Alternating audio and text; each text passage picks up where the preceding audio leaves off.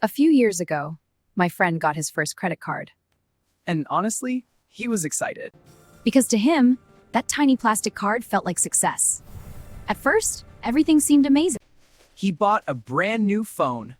Ordered food almost every day, booked trips, bought clothes online, and every month the bank message said minimum payment successful.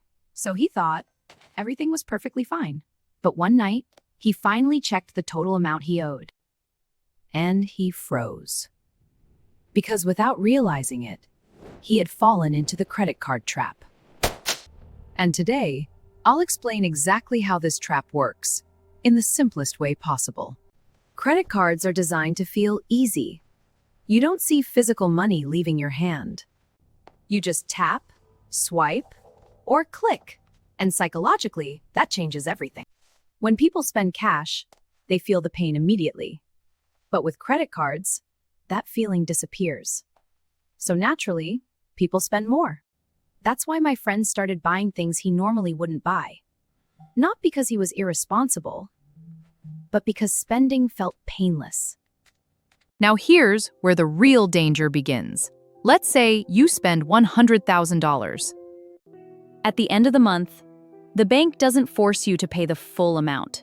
Instead, minimum payment due $5,000. And honestly, that sounds harmless. But what he didn't realize was the remaining balance immediately started collecting interest. And credit card interest is extremely high, sometimes over 25%, sometimes even higher. So even though he kept making payments every month, the debt barely went down. Sometimes, it even became bigger. And this is the scary part. The trap usually doesn't happen overnight. It happens slowly. One dinner here, one online order there, one vacation, one expensive gadget, one emotional purchase, and little by little, the debt becomes heavier.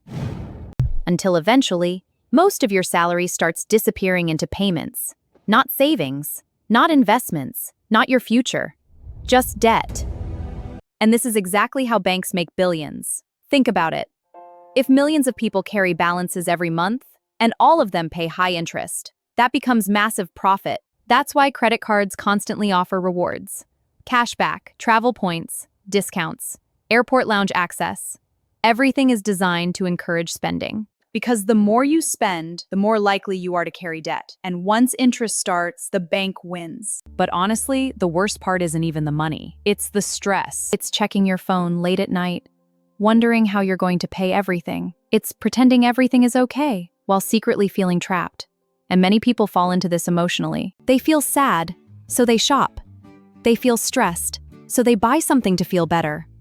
They want to impress others, so they swipe the card.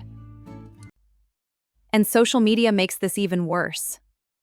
Because every day people see luxury lifestyles online and slowly feel pressure to keep up. Now let me be clear. Credit cards themselves are not evil. They can actually be useful tools if you use them correctly. So here are the safest rules. Rule number 1, never spend money you don't already have.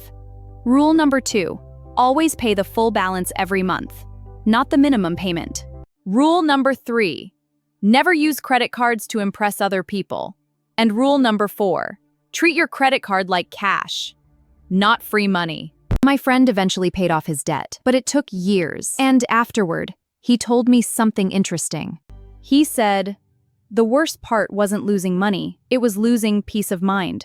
And honestly, that's the real credit card trap. It doesn't just steal money, it steals freedom. So before you swipe your card next time, ask yourself one simple question. Can I actually afford this? Because financial freedom is not about buying everything you want. It's about having control over your life. If this video helped you understand money better, subscribe for more simple finance stories and comment below. Do you think credit cards help people or trap people?